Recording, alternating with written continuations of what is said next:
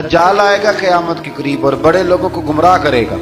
तो हुजूर ने फरमाया जो सूरह कहफ की 10 आयात जुबानी याद कर ले ना, वो दज्जाल के फितने से बच जाएगा। अल्लाह तौफीक अता फरमाए। इस सूरह मुबारका की आयत नंबर 9 से असहाबे कहफ का जिक्र शुरू होता है। असहाबे कहफ, जब हजरत ईसा अलैहिस्सलाम को अल्लाह करीम ने चौथे आसमान पे बुला लिया ना, तो दिकियानूस नाम का एक बादशाह हुआ बनी इसराइल के अंदर, बड़ा जालिम था।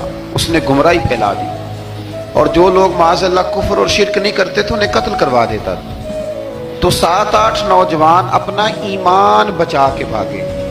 ओ हो अल्लाह, सारी दुनिया माल बचा के भागती, वो 7-8 नौजवान अपना ईमान बचा के भागे कि ये हमें कहीं कुफर की तरफ न लौटा दे। तो जाके एक गार के अंदर चले गए तो एक कुत्ता भी उनके साथ हो गया। उन्हें कुत्ते को बड़े रोड़े मारे कि ये अगर भौंकेगा, आवाज निकालेगा तो हम पकड़े जाएंगे, हमने तो छुपना है। पर उसको ना वलियों से प्यार हो गया था। उसने कहा भगाओ जितना मर्जी मुझे, फितरत मेरी है कि मैं भौंकता हूं, पर जब अल्लाह के वली हों तो फिर मैं अदब करता हूं। ये कुरानी वाकया है। अच्छा, ये ऐन वो वाकया है कुरान मजीद का कि जो बहुत सारी चीजों पर वैसे ही नास है और बहुत सारी जुबानें वैसे ही गुंग हो जाती हैं। तो वो 6-7 लोग थे, वो चले गए गार के अंदर, जाकर उन्होंने पनाह ले ली। बादशाह को पता चल गया कि गार के अंदर है। अच्छा, अल्लाह की कुदरत, जैसे ही दाखिल हुए इन्हें नींद आ गई, ये सो गए। और कुरान मजीद कहता है, कुरान मजीद के ये लफ्ज हैं कि कुत्ता गार के मुंह पर बाजू फैला के बैठ गया, वह अपने मालिकों की खिदमत कर रहा है। अब मियाँ साहब की एक बात कर लें दरमियान में। मियाँ साहब फरमाते हैं जिन्हां तना विच इश्क न रचिया, कुत्ते होना थी चंगे, और चलो मालिक दे कर राखी कर दे, साबर भूखे नंगे। ये देखो ना कि इतना तो उनके अंदर भी कमाल है। अपने ना दोनों बाजू फैला के, कुत्ता भी गार पे बैठ गया। इनको नींद आ गई। बादशाह ने पता कराया, कहाँ भाग के गए? तो कहा वो गार के अंदर है। बादशाह कहने लगा कि इनकी सजा ये है कि एक दीवार चुन दो गार के मुंह में, गार कोई बंद कर दो। जिस बंदे की ड्यूटी लगाई ना गार चुनने की, बंदा बड़ा नेक था, इसको दीवार बनाने का जिम्मा दिया। उसने ना दीवार भी बनाई और एक तख्ती पे ना सब के नाम लिखे, और वो तख्ती एक संदूक में रख के वहां बंद कर दी। और उसी तरह की एक तख्ती, उसके नीचे लिखा कि एक तख्ती इनके नामों की ना मैं माले खजाना में भी बंद कर रहा हूं। अल्लाह तबारक व तआला की कुदरत के बाद मुफस्सिरीन ने लिखा है वो 100 साल तक सोए रहे, और बाज ने लिखा है कि 300 साल तक सोए रहे। 300 साल के बाद इस तरह हुआ कि हुकूमतें बदल गईं। बैदरूस नाम का एक बादशाह आ गया, वो बड़ा नेक दिल था। उसने हर तरफ हजरत ईसा अलैहिस्सलाम की शरीयत का फिर से नारा बुलंद किया। अब ना कुछ लोग ऐसे थे जो मुनकर हो गए थे कि मरने के बाद दोबारा कैसे उठेंगे। बादशाह एक दिन हुजरे में गया, जाके दुआ मांगी, या अल्लाह कोई ऐसी बात दिखा जिससे लोगों का ईमान पक्का हो जाए। इस तरह के बादशाह हुआ करते थे। तो रब करीम ने कहा मैंने तो पहले एक राज छुपा के रखा हुआ है, खोल देते हैं। उसने दुआ मांगी, और इधर क्या मामला हुआ, एक चरवाहा बकरियां चराने वाला वहां से गुजरा। उसने सोचा ये दीवार है, अगर इसका मुंह खोल लूं ना कभी तो मेरी बकरियां यहाँ थोड़ा सा धूप के अंदर सस्ता लिया करेंगी। उस चरवाहे ने क्या किया कि उसने वो दीवार गिराई ताकि मेरी बकरियां अंदर जाया करें। वो दीवार गिराई तो उसने अंदर 6-7 लोग सोए हुए देखे, और कुत्ता भी सोया हुआ देखा।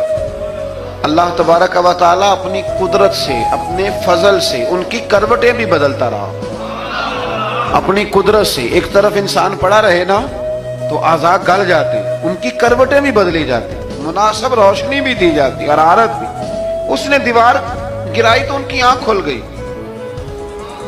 एक दूसरे से कहने लगे आज तो बड़ी गहरी नींद सोए हैं यार, आज तो लंबी नींद पूरी कर ली, चलो भूख बड़ी लगी है, एक दोस्त को भेजो। ये सारा वाकया कुरान मजीद में मौजूद है, मैं अपने लफ्जों में बयान कर रहा हूँ। जाओ एक दोस्त को भेजो बाजार से ना खाना ले आए, पैसे वही 300 साल पुरानी करेंसी। वो जब नान भाई की दुकान पे गया ना सामान लेने, उसको पैसे दिए तो नान भाई ने हाथ पकड़ लिया, कहने लगा मियाँ तू किधर से आया, ये कौन से पैसे? उसने कहा पैसे काहे के, मैं भी सोच रहा हूँ कि हालात बदले बदले हैं, सारे हजरत ईसा का कलमा पढ़ रहे हैं, माहौल और है। उसने कहा तेरे हाथ कोई खजाना लग गया है। یہ تو ہم نام سنتے تھے کہ یہاں کوئی دقیانوس نام کا بادشاہ رہا ہے, کوئی خزانہ, بتا کہاں سے لیے. شور ہوا, حاکم شہر تک خبر پہنچی, بادشاہ تک پہنچی. اس نے بتایا کہ بھئی ہم تو دقیانوس کے ڈر سے بھاگے ہیں, کل بھاگے ہیں یا آج سویرے, اتنا زیادہ ہمیں پتا نہیں, کل یا آج سویرے بس نا. اتنا سا ہمیں یاد ہے کہ ہم گئے تھے, بہرحال لوگ جمع ہو گئے, اکٹھے ہو گئے, غار تک پہنچے. اب جو غار کے اندر تھے وہ پتا کہتے کہتے لگتا ہے ہمارا دوست پکڑا گیا ہے. پکڑا گیا ہے تو اب بندے جمع ہو گئے. وہ اندر ڈر رہے تھے, تسبیح کر رہے تھے, اللہ کو یاد کر رہے تھے. ادھر یہ پہنچ گیا. جب ان لوگوں نے یہ جیتا جاگتا رب کے فضل کا نمونہ دیکھا اور بادشاہ نے کہا کہ یہ کیا ہے, صندوق کھولا تو اس کے اندر وہ تختی لکھی تھی کہ یہ ان کے نام ہے, یہ دقیانوس سے ڈر کے بھاگے ہوئے ہیں, یہاں یہ سو رہے ہیں, اور اسی کی ایک تختی میں نے فلاں جگہ بھی دفن کیا, وہ تختی بھی وہاں سے نکل آئی. اب سب لوگوں کی آنکھوں میں آنسو آئے اور سب کہنے لگے لا الہ الا اللہ, لا الہ الا اللہ, لا الہ الا اللہ. سب کہنے لگے ان اللہ علی کل شیء قدیر. جب ان کی بات پوری ہو گئی, لوگوں کے ایمان پختہ ہو گئے, تو اصحاب کہف کہنے لگے کہ ہمیں اب اجازت ہے, ہم پھر دوبارہ غار میں جاتے ہیں. وہ غار میں گئے تو رب نے پھر انہیں موت عطا فرمائی, نیند عطا فرمائی, تحفہ دیا.